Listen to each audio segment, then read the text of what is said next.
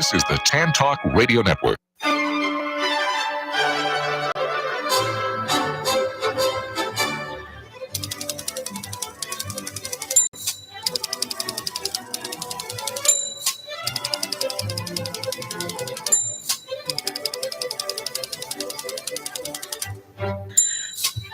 Hi, this is Patsy with a Z.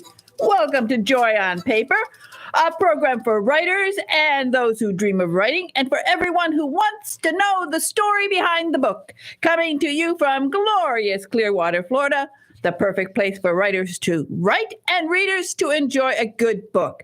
And I am so thrilled. Oh my goodness, we're a few days before Christmas, and this is exciting. I have 2 Christmas books to talk about today. At the bottom of the hour, a little later, I'm going to talk about Kevin B. Edwards' book about his new book. It's called This Is How My Santa Looks. It is a charming book, and I was looking forward to talking to him. He is somewhere in some airport traveling right now. But I will talk about his book, and I will also play some of his music because Kevin has a beautiful, beautiful voice, and I often play his music here, and I want to play it for you again for Christmas.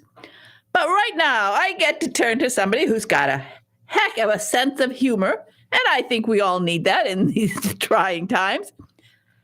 And so I want to welcome to the program Liz Ireland. And we are talking about her book, Mrs. Claus and the Evil Elves. Hi, Liz. Hi, Patsy. How are you doing? Okay. Wow. This is so funny. I don't know if you had a chance yet to see the Facebook post I did for you. No, I haven't. Oh, you have to look. It's because I had so much fun making this one. I like to make Facebook posts from the books that I love. And this one, I thought, it gave me so many things to work with because you have some wild things in this book. And of course, it is a Kensington book, so the cover is beautiful. And yes. They do such a remarkable job. They do. They are whizzes at doing cover art. They are. And so this one it's very bright. I love it. It's gold and it's got an elf on it. I want to tell people it has an elf who looks a little bit, let's say, not so sweet, a little bit sour there. But he's on the naughty list. I think. That's right, and he is on the naughty list. And I had fun making this Facebook post for you because I brought out some of the other characters that you have in this book because you have created a world here in the North Pole for Mrs. Claus, and it is delightful, including great. I love the snowman on the hoverboard, and you will see that on my Facebook post. I have to see this then. Everybody has to go to Radio Joy on Paper on Facebook and look at it because I got a kick out of a snowman on a hoverboard. And so I did that. And you just have to tell us how you created this world here up in the North Pole. It is really a world-building exercise. Oh, well, thank you. Well, what I wanted to do was I was just trying to think of a fun Christmas cozy mystery series. So I was thinking, what would be the ultimate, cozy mystery village, like Cabot Cove in Murder, She Wrote, only in the North Pole. So I was just started imagining, a slightly twisted version of Christmas Town in Santaland, and kind of brought in elements of all the Santaland that I'd seen, and from the great old cartoons like Rudolph the Red-Nosed Reindeer. And, kind of mixed it with, some more fun, cozy mystery tropes. Like they'd have, the coffee shop that the characters hang out in, and it's called We Three Beans Coffee House. And I tried to, make it look a little like how I imagined, or my mother's Christmas villages, when I was growing up, those lighted houses that she'd have on the mantle and on the shelves, and so I also wanted to have a little element of, upstairs, downstairs, so that the people who live with the Claus family in Castle Kringle, they're up on Sugar Plum Mountain, the Claus family, who kind of rule over Santa Land in a kind of benevolent way. And but they have elves working for them. So there's kind of an upstairs, downstairs element to that. I hope that comes across. It comes across. It's beautiful. So well, of course, you brought in some elements of today's problems in the world. A lot of places are going on strike. So, so I thought that was very relevant here, that we have a very important strike going on in this book. Well, the elves are the elves are up to some mechanization ideas this time around, and so they're inventing little inventions to make their lives easier, because they work all the time. They want to make their lives a little simpler. So they've invented little hoverboards that the snowmen can use, so they can put snowmen to work as delivery people. And they're also have invented drones that will also do some of the work. But now the drones have threatened the reindeer, and the reindeer are on strike because they're worried they're going to become obsolete in Santa Land. So they're very upset about this. And now it's a week before Christmas, and the reindeer are on strike, and Santa is worried that they won't be able to pull his sleigh. And also, the reindeer aren't getting much exercise. So if the strike ends, he's worried that the reindeer will be a little too pudgy to fly. It's so. I mean, I can see how much fun you had just working on that. Yeah. And of course, then your main character. This is the third book in the series, right? And yes, it is. And we have Mrs. Claus. And how long has she been married now to Santa? It's been 2 years now. Mm-hmm. And she first met Santa Claus. She used to run an inn on the Oregon coast, and she had a visitor at her inn one summer, and he was kind of a mysterious bearded man, a little pale for summer, but and they had a whirlwind romance at the inn, and she fell in love with him, but he was being a little reticent about telling her who he was, and so she was worried, but it turned out that his big secret was that he was Santa Claus. So she took the leap and married him and moved to the North Pole. So she's still kind of a fish out of water in the North Pole a little bit, which I took. I was raised in the South, and I moved to Canada. So I know about moving to cold weather climates when you're not used to them. So she's still kind of acclimatizing herself to her new surroundings, and getting used to being around sentient snowmen and talking reindeer and flying reindeer and all of the things that come with Santa Land, and elves, lots of elves, and particularly genius elves and kind of naughty elves, and all the elves have different personalities, and there are very good elves too who work for her and help her solve mysteries, because usually in these books, Santa Land is usually a very calm place, but in these mysteries, usually something is going very, very wrong. Well, that's for sure. And it's funny, of course, her name is April. So I think spring would be more her season. And there she is, up in the North Pole. And as you said, it is a shock to the system. Definitely. Yeah. I'm from northern Michigan, so it wouldn't be such a shock to me. But Oh, yeah. I couldn't take it anymore. Oh, well, you'd probably get used to the North Pole faster than April has. And I mean, there's even clogging elves. Now, I love that. Oh, yeah. I love clogging. I love to watch cloggers. So Yes. that was a good idea. I thought, and they have a special Christmas event. Oh, yes. They always, well, there are many Christmas events, but in the beginning of the third book, there's an ice sculpture contest. They have magnificent ice sculptures all over Santaland, and they last a long time because they are just like statues. They never melt.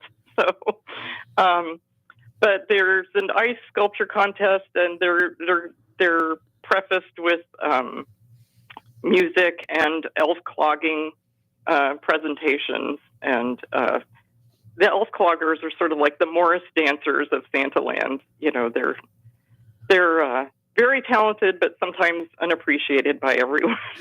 So, there's a lot of clogging and jangling going on. Well, you know, it's so much fun too that you know, when you're doing a book like this, and I think half the time you have to be giggling while you're working, and you come out with you're witty and clever, and of course we do have to have a murder because you know that is a cozy mystery. Yes. But you do tend to forget it. You get so involved in this town that it's there and it's got to be solved. But the character building is so great, and thank you. I just thought it was delightful. And well, I have to say, I have a slight preference for whenever I'm doing a snowman. The snowmen always tickle me when they're because it just seems so funny when she's walking down the street and the snowman starts talking to her. So, or when one glides by on a hoverboard. You know, those are. Well, you know, I am an expert in ice sculpture because, as I said, I'm from northern Michigan, and in Hancock, Michigan. Every year they have at the Michigan Technology University, Michigan Tech, they do an ice sculpture show. I mean, a massive one. They do these big, 6 foot, 8 foot sculptures. Absolutely gorgeous. It is a place, people just, plan their week or 2 weeks when the sculptures are being made to get up there and watch them and then to see the final show because it is gorgeous. So I loved the idea of ice sculpture. Of course, not when we have a kamikaze reindeer, but that's a little bit unusual. But who knows? Maybe Michigan Tech will do a kamikaze reindeer for you this year. So, yeah, I guess we should explain for the listeners who haven't read the book. The beginning incident in the book is that there's this ice sculpture contest, and out of the blue, a large drone that the elves are calling drone deer. A large drone comes and makes a kamikaze hit on the winning ice sculpture, which is a large sculpture of the first reindeer Blitzen. So it's very upsetting to the whole town. It would be definitely. Yeah. And how's Santa doing? Well, Santa's always a little worried. He's very busy, and things are always kind of looking like they might go a little wrong. And I think my focus is always on Mrs. Claus and her friends, and and Jingles the elf who works for Mrs. Claus. He's sort of the butler of Castle Kringle, and they're kind of in cahoots to solve the mysteries that are going on. Because she's trying to keep Santa from worrying about things. He's got the big night to worry about. So he's trying to solve the murders. Yeah, he has to stay focused on that big night. Yes. And she can run around and solve the murders, and she has help. She has help from various characters in the book. Like there is an element of the law in Santaland, and it's Constable Crinkles. He is sort of like a Keystone Cop, but he does his best. And, so she's aided by him, and there is a private detective also in Santaland called Jake Frost, who is a distant cousin of Jack Frost, and he's a little more competent than Constable Crinkles, but she's not alone in trying to solve murders. Well, I think it's a delightful series. Thank you. It really is. It's cute, and as I said, with this cover, it's I wanted people to look at it and really, what is going on with this elf. But now we know if once people read this book, they will see what is happening here with Mrs. Claus and the evil elves. And it's just very well done. Of course, you're an excellent writer. As a matter of fact, we have to talk a little bit. So this is Liz Ireland. So people, if you're looking for the book, it's Liz Ireland. And the name of the book is Mrs. Claus and the Evil Elves. And this is book 3, and you can get all of them. This is perfect reading for this long and cold weekend that I think most people in the country are going to be having. Yes. It's just hit. I'm on the West Coast, and so we are just getting the Arctic blast here. It's kind of crazy. And it's going to be working its way across all the way to Florida, and we're supposed to have 36 degrees. Now, we do not appreciate... No. Yes. No.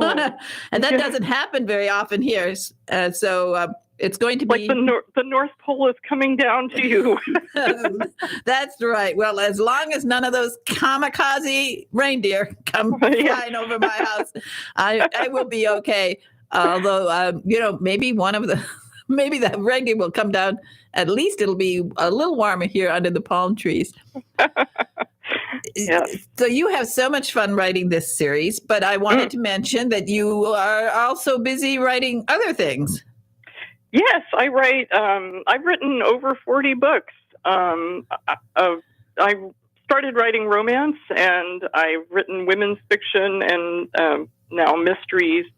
I have a kind of paranormal rom-com series called the Cupcake Coven Books, which started with a book called A Letter to Three Witches, which is sort of set in a kind of Halloween-y setting, a little different than Santaland, but it's set in northern New York with a family of witches who aren't really supposed to be practicing witchcraft.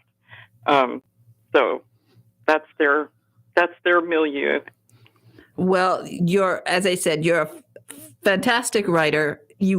For world building, nobody does it better than what you've done here. It's just wonderful. And thank you so much. One of the things that, do you remember when your first book was published? Oh, yeah. Tell us about it. I don't think anyone can forget that. That's what, a lot of my listeners did NaNoWriMo this year. And so they're like, they finished and they're looking forward. I have 5 of them actually, my listeners finished. And, they sort of kept me abreast during the entire month of November, how they were progressing. And now their books are done and, they have to now go forward and learn now how to edit. But tell us about that time your first book was published after 40, now you're up to 40. Oh, well, it's been 40 over about almost, 20, 25, 30 years. So it's been a while since the first book, but it was a category romance for Silhouette Books, which I don't believe even exists anymore. But I wrote it almost in NaNoWriMo fashion. I wrote it very quickly and, edited it and turned it in, just sent it in because I didn't have an agent. And it sat on an editor's desk, I think, for over a year. It was a long time. And so I in the meantime, it's like when you're first starting out, you kind of expect that somebody's going to read your book and love it, and it'll be a matter of weeks. But of course, that the reality sets in quickly. And So I started writing other books, and I finally got an agent. And soon after I got an agent, she prodded them, and they picked up the book. So that was exciting. And by that time, I'd already written another 2 books, but I know at least one by that time that they picked up right away too. So it was almost like a 1-2 punch of joy. I finally got 2 books published, and it was very exciting. Well, I like that you use the word joy, a punch of joy. That's that's a good title for joy on paper, actually. Yeah, yes, it is. It's fantastic. As a matter of fact, if next time I have a party, I'm not having any parties this year, but I think maybe I will have a big bowl and call it a punch of joy. Yes. And I will tell everybody about you because you are, it's just so much fun. I love when an author is enthusiastic and who just has, brings that joy that you're bringing with this series. Now, well, it's hard and joyful when you're writing a book about Santa Land and elves. Exactly. Now, of course, I know that you mentioned in that bio that they write about you that you play in a band. I do. I have. I play in a concert band, sort of like Mrs. Claus. That's sort of one biographical element I stole from my own life and put in hers. She plays percussion in a band, but I play woodwind instruments. I kind of in an amateur way, but we have a large concert band, a concert band organization here on Vancouver Island, and it's called the Greater Victoria Concert Band. It's actually 4 bands, and the band I play with is the Learning Band, where adults can come and learn instruments, and it's a lot of fun. It's very low pressure. None of us are worried about getting to Carnegie Hall or anything like that. We're just learning, and it's a good way to socialize and get together once a week with a lot of people and play music. Well, it is very, very happy experience. I hope that you're going to be playing some music for Christmas because I love Christmas music. Oh yes, we play Christmas music. We start early in the fall playing Christmas music, and we play for a few retirement homes in the area because this is a big retirement area, and there are lots of retirement homes for people and senior centers. So we go to a couple of those and play, and it's always a great experience because they're the best audience ever. Well, of course, you also mentioned that you like to read. Well, I assume so. And were you reading from a young age? My goodness, yes, I did read a lot. I was sort of the youngest in the family of, I guess we had 4 children, and so books were always a big part of the family. My parents were big readers. And so, yes, I always read a lot. I wasn't as big a reader as some writers were, but I loved having books read to me, especially when I was little. And I had a wonderful teacher when I was in 3rd and 4th grade because we had I grew up in a small town, and we had two classrooms in one classroom, 2 classes in one classroom, I guess is what you would say. So the 3rd and 4th grade were together, and our teacher was just this wonderful woman named Mrs. Sides, and she read books to us every afternoon at the last hour of school. And she read just marvelous books to us, like Where the Red Fern Grows and Old Yeller and The Little Prince and Caddy Woodlawn and all sorts of, and The Yearling, great Florida book. She read all those books, and I don't know how she did it now because, looking back on it, they were all very weepy, sad books. I don't know how she kept her composure, but she did. She was a marvelous reader. Oh, that's what you need when you're in school. I wish more teachers did that. I wish more families did that. One of the things I love at this time of the year is to read Dickens' Christmas Carol. Oh, yeah. I don't care how many times you see the movie. The book is so much better. I mean, the book is fantastic. It's got so many fantastical elements to it that aren't ever really captured in the movies, I don't think. No, they're not. And it is such a wonderful thing. And I'm encouraging people this year to actually read it with their families, maybe take turns. Nowadays, when you can film it on your phone, film the family doing it, taking turns, going, chapter by chapter. And it is such a wonderful read. It is just, and the amazing thing, it seems so fresh. I just read it this past weekend. I read it. I read it out loud to myself. I had nobody to read it to, but hearing it, it's a marvel. It is. Yes, it is. Actually, I listen to it every year. I have several versions of the audiobook for some reason, and I've listened to, various actors reading A Christmas Carol. It's one of my favorite things to do in December. I usually listen to it twice because I just, I love the story so much. But there are several good audiobook versions of it that are available too. So yes, absolutely. And that again, it is just something that families should do together. I think it calms you down. There's something when you're listening to the voice, like of a great actor doing it, or even the voices in your family, there's something calming about it. And it's so beautiful. And and you cry. I know. I know. It's just wonderful.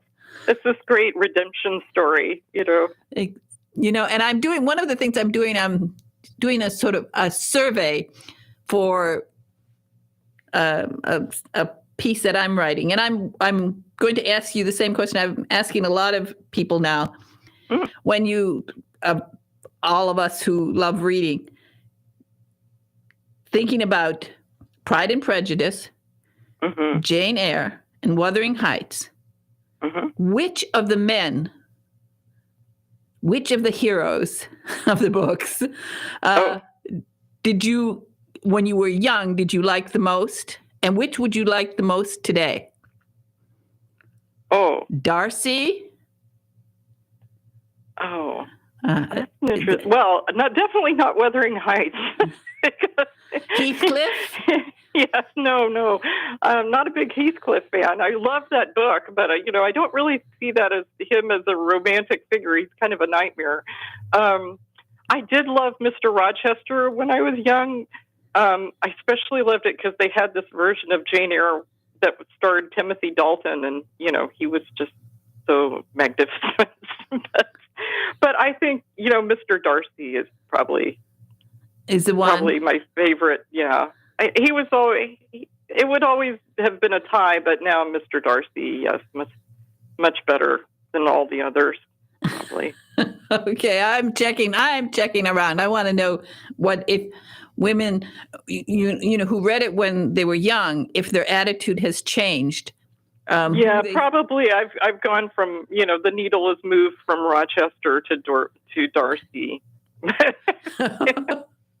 Okay. I think we appreciate kindness and not that Mr. Darcy was particularly kind, but he did go out of his way to help Elizabeth. So that's and her true. family. That's true. In spite of himself. So and then I'm wondering too, what kind of man all these women married, So I'm looking at that too. Did they land up with a Darcy? Did they land up with a Heathcliff? Oh boy! Or did they land up with? That's funny. Or Mr. Rochester, huh? Oh, I don't really think of my. I don't think I really ended up with any of those people. Let's see. I'm thinking more Ebenezer Scrooge kind of.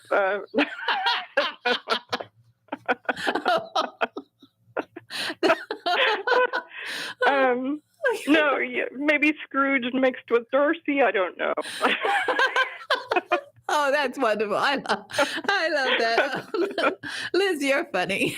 I think you're terrific. I really do. I think you're terrific. You're right.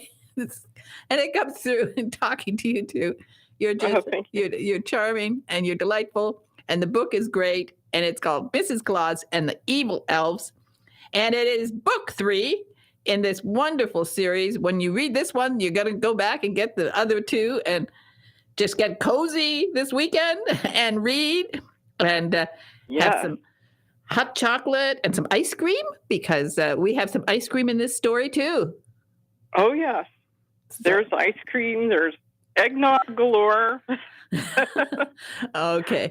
Well, now, website-wise, I don't know where's your website, under what name, because you have a lot of different names. Yes, I am ElizabethBass.com. And I also have a WordPress site called Liz Ireland at WordPress.com.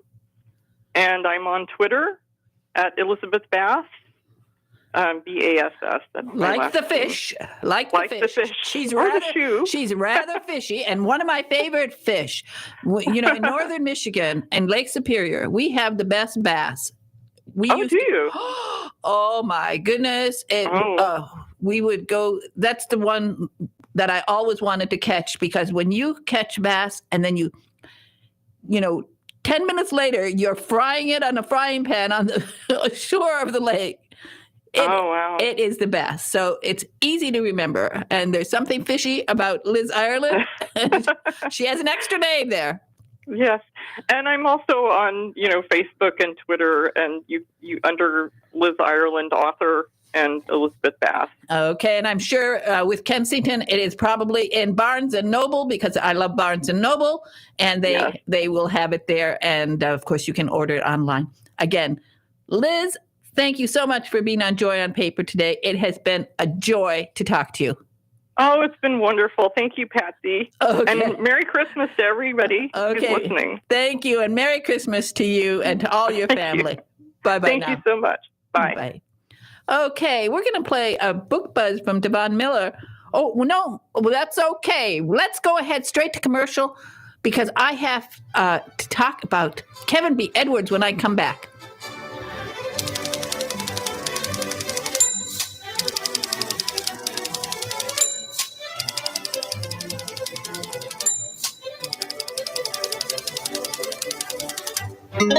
This is the Tan Talk Radio Network. Are you ready to eliminate your home energy bill? Well, get ready to harness the sun. Go EHS, Effective Solar Solutions by Efficient Home Services. With no upfront costs, you can save money on your utility bill and even eliminate your electric bill altogether with EHS Solar. Call EHS, the #1 solar installer nationwide. We know how to customize your home. EHS handles every project in-house with no subcontractors. Remember, no upfront costs, tax breaks, and the best company in the business, Efficient Home Services. Schedule an appointment today at 727-353-3757. Visit our website and download your free buyer's guide to going solar at www.goehs.com.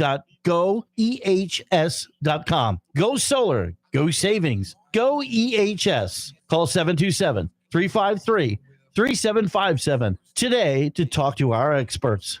Are you an author, an artist, an inventor? Then you need to protect your valuable intellectual property. You need Larson & Larson. We have the experience and knowledge to help you with all of your legal needs, from processing trademark, copyright, or patent applications to negotiating licensing agreements and handling litigation. The attorneys at Larson & Larson in Largo, Florida can help protect you. Call us today for a no-cost consultation at 727-546-0660 or visit our website at larsonpatentlaw.com.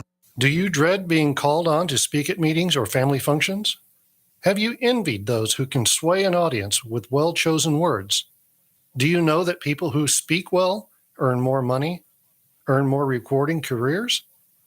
Gain the confidence to master any speaking situation. Toastmasters will allow you to find your voice. Go to toastmasters.org to locate the club nearest you. This is the Tan Talk Radio Network.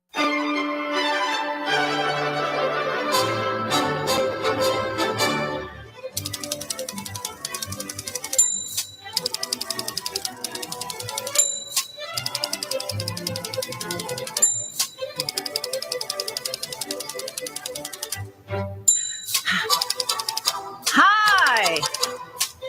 This is Patsy with a Z, and I am back. And although Kevin B. Edwards couldn't join us today, I wanted to talk about his new book because Kevin he's been such a great friend to Joy on Paper. And last year he was here to talk about his book, which was about bullying. And I found it so fascinating and so really important, an important book for kids. And it's called Kevin Turns Fear into Feet. And it's about Kevin as a boy who was bullied and then one day discovered a way to change his life. And I was so impressed with Big Kevin that I wanted to tell people and tell his story and give him the opportunity also to play his music here on Joy on Paper. So I'm going to play 2 of his songs today, but first we'll start with Promise, and then I'll come back and I want to talk about his new book because it is a beautiful book, and it's called This Is How My Santa Looks. But let's first listen to Kevin sing a song.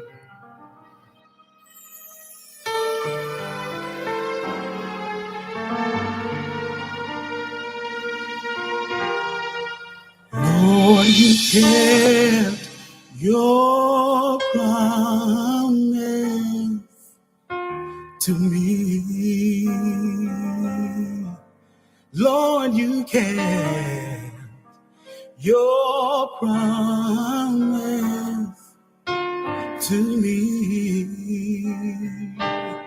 You promised me that you would make a way out of no way for me. You promised me that you would supply my every need. Even when I felt discouraged and thought you had forgotten me, Lord, you kept your promise to me. Your word promised me that you're not a man that you should lie, nor the son of a man that you should repent for a thing that you have spoken. And if you have given your word, you got to make it good. Lord, you kept your promise to me. Oh, to me. Oh, to me. Oh, Lord, to me. Lord, you kept your promise to me. Lord, you kept your promise to me. Your word promised me that you're not a man, that you should lie. Oh, you should repent for one thing that you have spoken.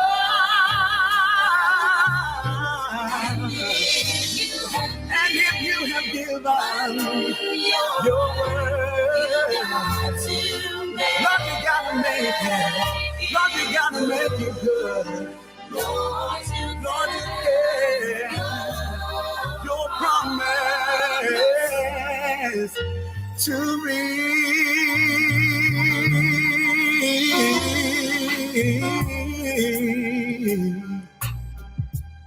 Oh,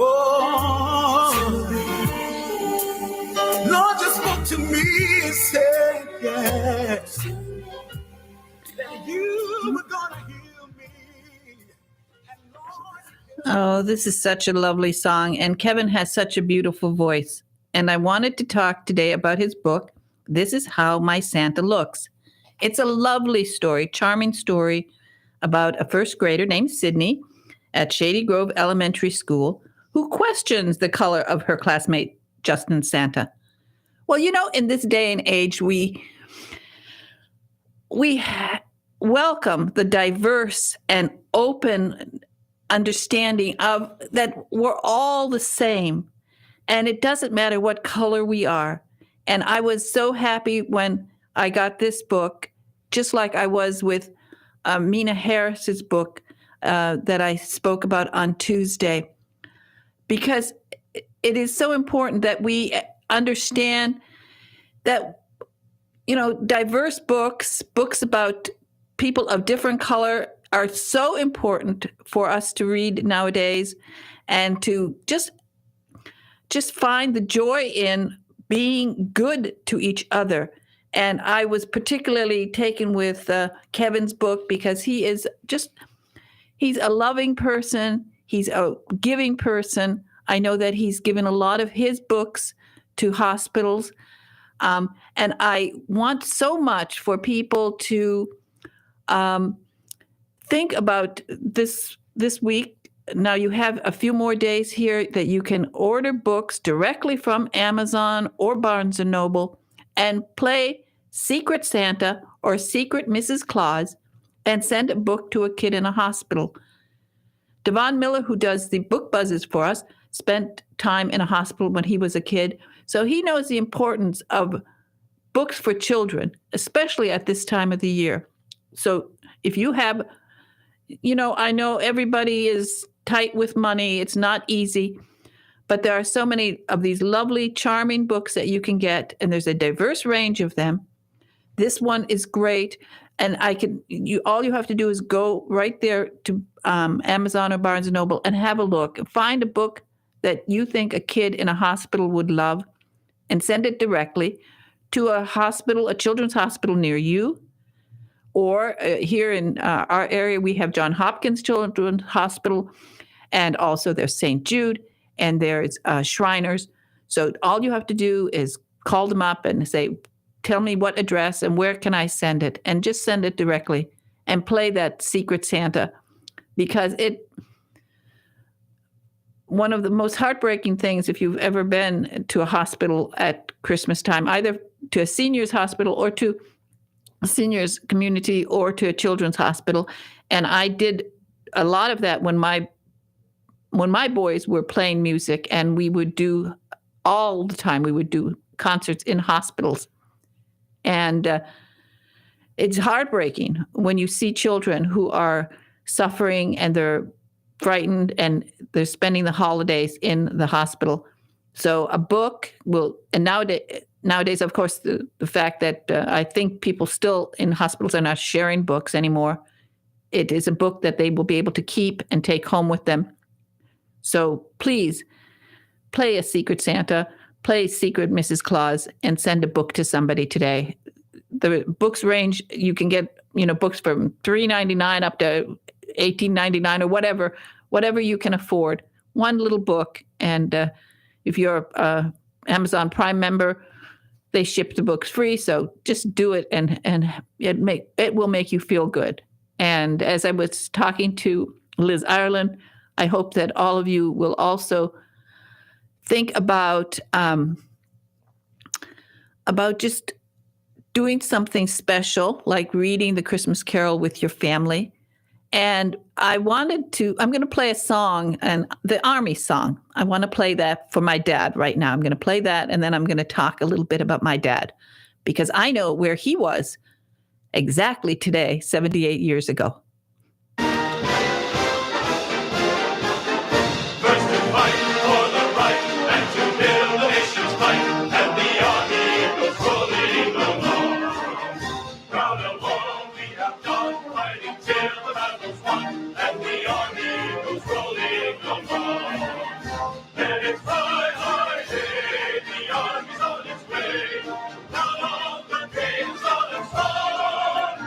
Wherever we go,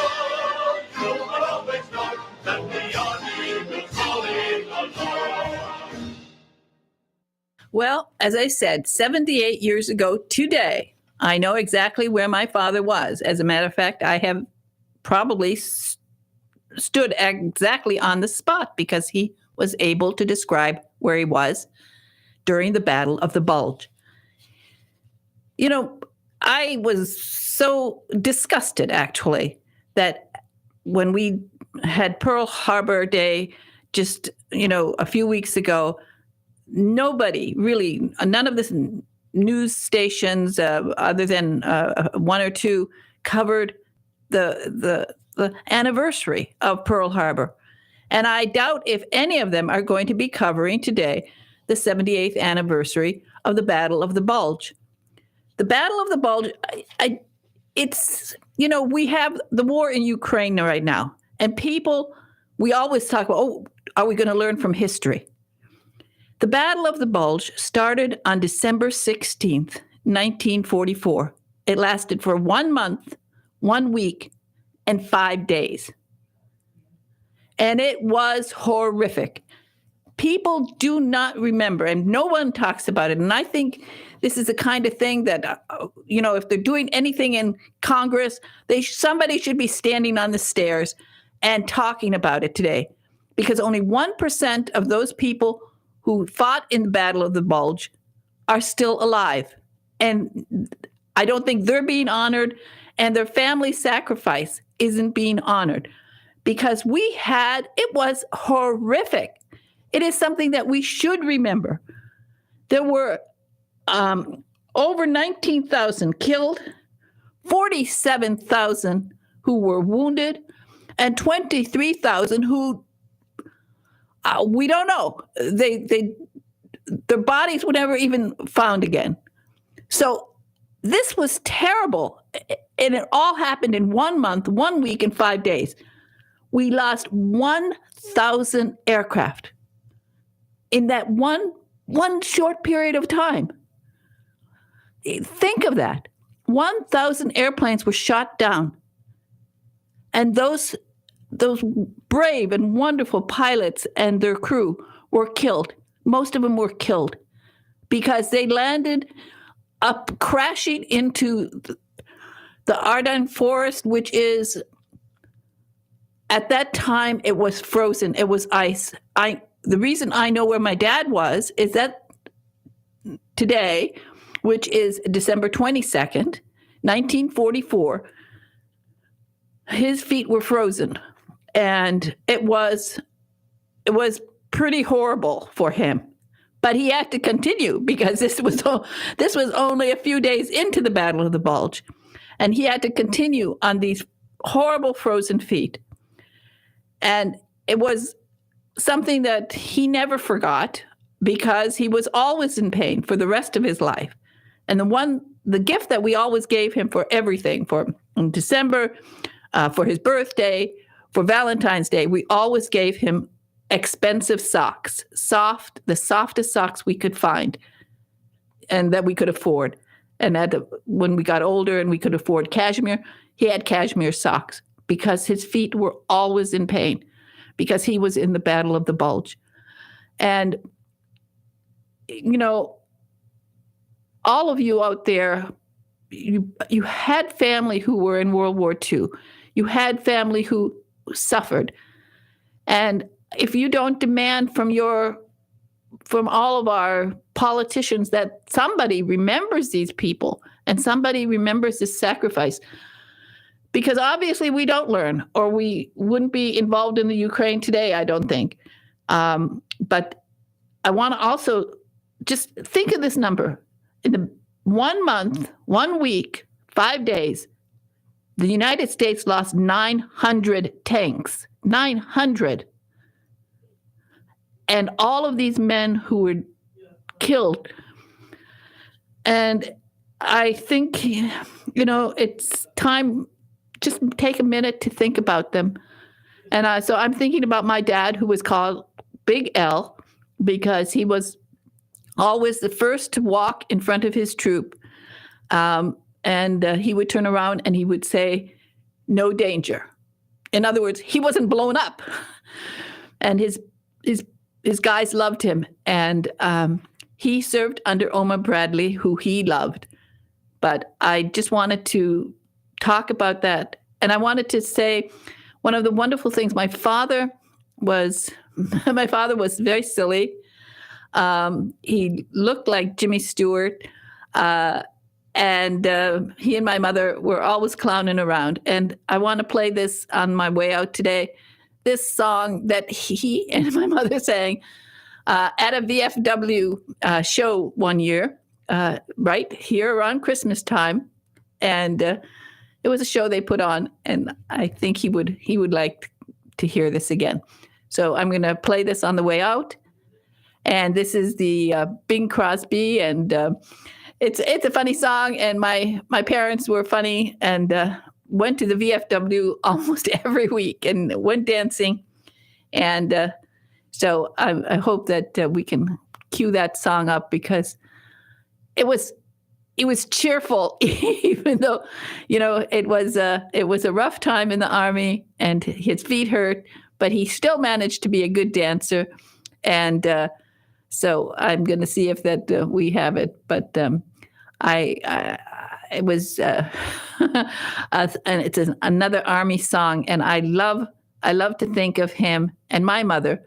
As a matter of fact, here it is. And everybody have a Merry Christmas and listen to this song. My dad would love it.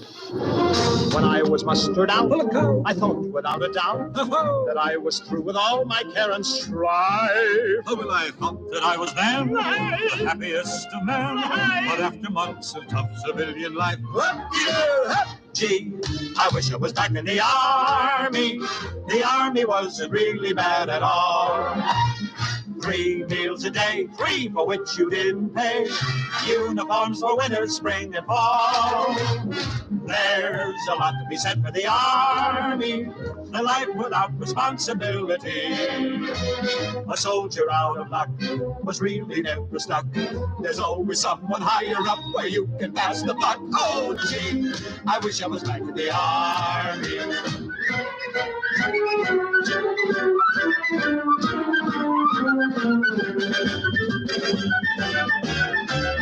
Gee, I wish it was back in the Army. The Army was the place to find romance. Soldiers and whacks, the whacks who dressed in slacks, dancing cheek to cheek and pants to pants. There's a lot to be said for the Army. A gal was never lost for company. A million handsome guys with longing in their eyes, and all you had to do was pick the age, the weight, the size. Oh, gee, I wish I was back in the Army.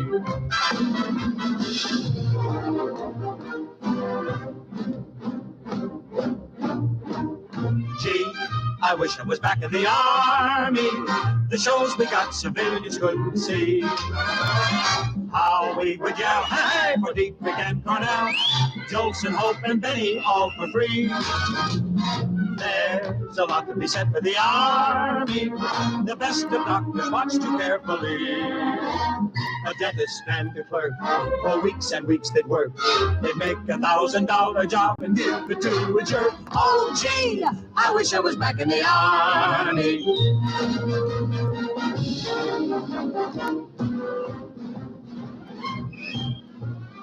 3 meals a day for which you didn't pay. A million handsome guys with longing in their eyes. I thought that I was through with all my care and strife.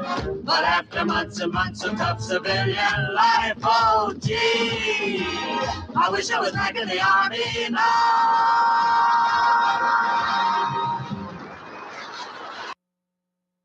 WTAN, Clearwater, FM 106.1, WDCF, Dade City, FM 102.3, WZHR, Zephyrhills, FM 104.3. Listen.